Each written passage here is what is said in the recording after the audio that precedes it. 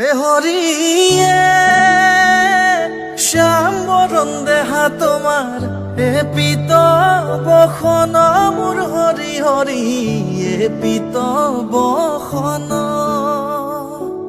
চরণে নুপুর প্রভু কমল লোচন, কর্ণত কুণ্ডল তোমার মাথে ময়ূরার পাখি, কর্ণত কুণ্ডল তোমার মাথে ময়ূরার পাখি, গলে গজমতি তোমার আধা ফুটা